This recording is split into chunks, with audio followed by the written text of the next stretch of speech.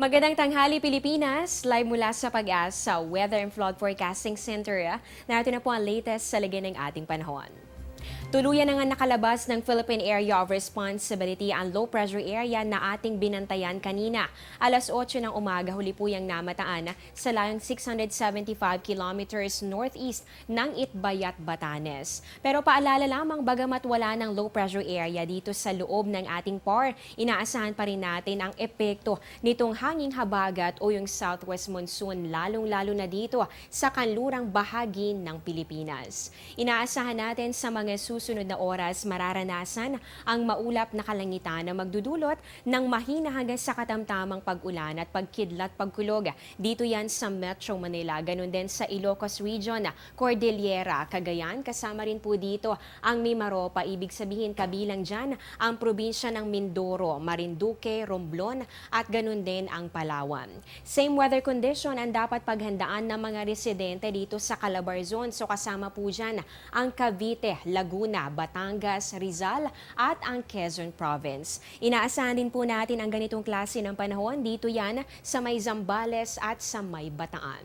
Inaasahan naman po natin ito po nga sa natitirang bahagi ng ating bansa makakaranas ng bahagya hanggang sa maulap na kalangitan na meron lamang chances na mga pulo-pulong pag-ulan o pagkidlat pagkulog. Huwag po kayong aalis, magbabalik pa kami matapos ng isang paalala.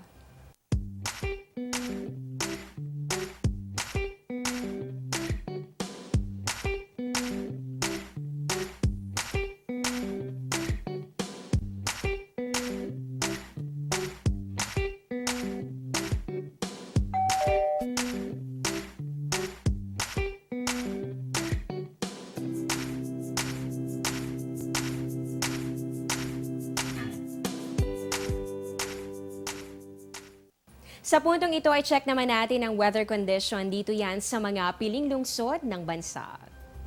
Sa mga viewers natin sa Cabanatuan, Nueva Ecija, inaasahan ang temperatura na abot ng 24 to 32 degrees Celsius. Inaasahan ang bahagya hanggang sa maulap na kalangitan at same weather condition ang mararanasan dito sa Dumaguete, Negros, Catbalogan, Western Samar, ganun din dito sa Tagbilaran at pati rin yung mga residente ng Surigao del Norte at General Santos City, makakaranas din naman kayo ng maaliwalas na lagay ng panahon. Dito naman sa Calapan, Mindoro, Kalayaan Group of Islands, Rojas Capiz at maging dito sa Dipolog, Zamboanga, naku paghandaan po ninyo ang maulap na kalangitan na magdudulot ng mga pag-ulan at pagkidlat pagkulog.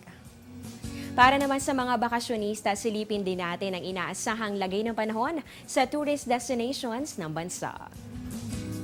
Kung ang punta nyo ay dito sa Vigan, Ilocos o kaya naman sa Banawe, Anilao, Batangas, Puerto Galera, Taal o kaya naman dito sa Naga City, El Nido at Boracay, aba paghandaan itong cloudy skies na magdudulot ng malaking tsansa ng maulang panahon. Habang dito naman sa Camiguin, kung dyan ang punta ng barkada, inaasahan naman natin may enjoy nyo ang inyong bakasyon dahil mararanasan dyan ang generally fair weather condition. Ang temperatura posibleng maglaro sa pagitan ng 25 to 32 degrees Celsius. Yan ang latest mula dito sa Pag-asa. Abangan nyo ang susunod na update ni Desiree Dionyo. Dito pa rin yan sa Panahon TV kung saan walang pinipiling panahon ang pagbibigay impormasyon. Ako po ang inyong weather lover, Amor La Rosa, na nagsasabing ang taong handa at may nahon, kayang lagpasan ang hamon ng panahon. Magandang tanghali po sa inyong lahat.